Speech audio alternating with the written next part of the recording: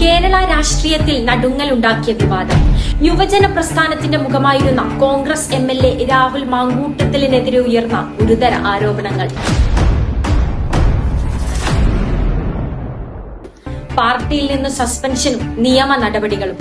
സമൂഹത്തിൽ ഈ വിഷയം വലിയ ചർച്ചയ്ക്ക് വഴിവെച്ചിരിക്കുകയാണ്. ആദ്യം മലയാള സിനിമാ നടി Rini and George social media വഴി വെളിപ്പെടുത്തിയത് മുതലാണ് വിവാദത്തിന് തുടക്കം.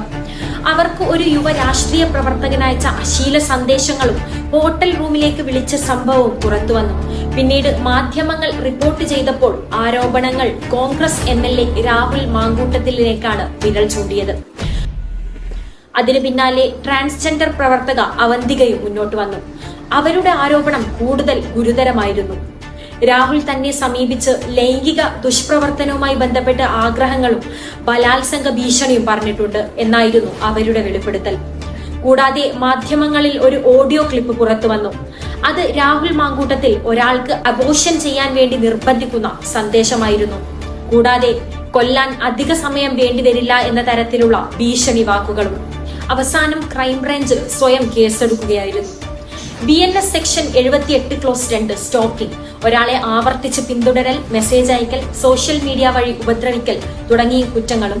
BNS സെക്ഷൻ 351 ക്രിമിനൽ ഇന്റിമിഡേഷൻ, ഒരാളെ ഭീഷണിപ്പെടുത്തലും. Kerala police act section 120 clause O mobile കോളുകൾ, സോഷ്യൽ മീഡിയ മെസ്സേജുകൾ മുതലായ വഴികളിലൂടെ ഉണ്ടാവുന്ന മാനസിക ഉപദ്രവം. ഇവയെല്ലാം കൂടിയാണ് FIR രജിസ്റ്റർ ചെയ്തത്. ഈ വകുപ്പുകൾ പ്രകാരം കുറ്റക്കാരനാണെന്ന് തെളിഞ്ഞാൽ 3 വർഷം വരെ തടവും പിഴയും ഉണ്ടാവും. വീണ്ടും ആവർത്തിച്ചാൽ 5 വർഷം വരെ ശിക്ഷ ലഭിക്കാവുന്നതാണ്. ആരോപണങ്ങൾ പുറത്തു വന്നതോടെ കോൺഗ്രസ് പാർട്ടി ഉടൻ നടപടിയെടുത്തു. രാഹുൽ മാങ്കൂട്ടത്തിലിന്റെ പ്രാഥമിക അംഗത്വം പോലും സസ്പെൻഡ് ചെയ്തു. രാഹുൽ തന്റെ നിരപരാധിത്വം തെളിയിക്കട്ടെ, പാർട്ടിക്ക് അന്വേഷണം നടത്താനാവില്ല എന്ന് KPCCയും AICCയും വ്യക്തമാക്കി. അതേസമയം മുഖ്യമന്ത്രി പിണറായി വിജയൻ കടുത്ത ഭാഷയിലാണ് പ്രതികരിച്ചത്. സ്ത്രീകൾക്കെതിരെയുള്ള കുറ്റങ്ങൾ അംഗീകരിക്കാനാവാത്തതും ക്രിമിനൽ സ്വഭാവമുള്ളതുമാണ്. സർക്കാരിന്റെ ഭാഗത്തു നിന്നും എല്ലാ സാക്ഷികൾക്കും പരാതിക്കാർക്കും സംരക്ഷണം ഉറപ്പാക്കുമെന്ന് അദ്ദേഹം വ്യക്തമാക്കി. എന്നാൽ രാഷ്ട്രീയത്തിന്റെ പേരിൽ കുറ്റങ്ങൾ മറക്കാൻ പാടില്ല എന്നും നിയമത്തിന് മുന്നിൽ എല്ലാവരും ഒരുപോലെ ഉത്തരവാദികളുമാണ് എന്ന തിരിച്ചറിവാണ് ഇവിടെ ഏറ്റവും പ്രധാനപ്പെട്ടത്.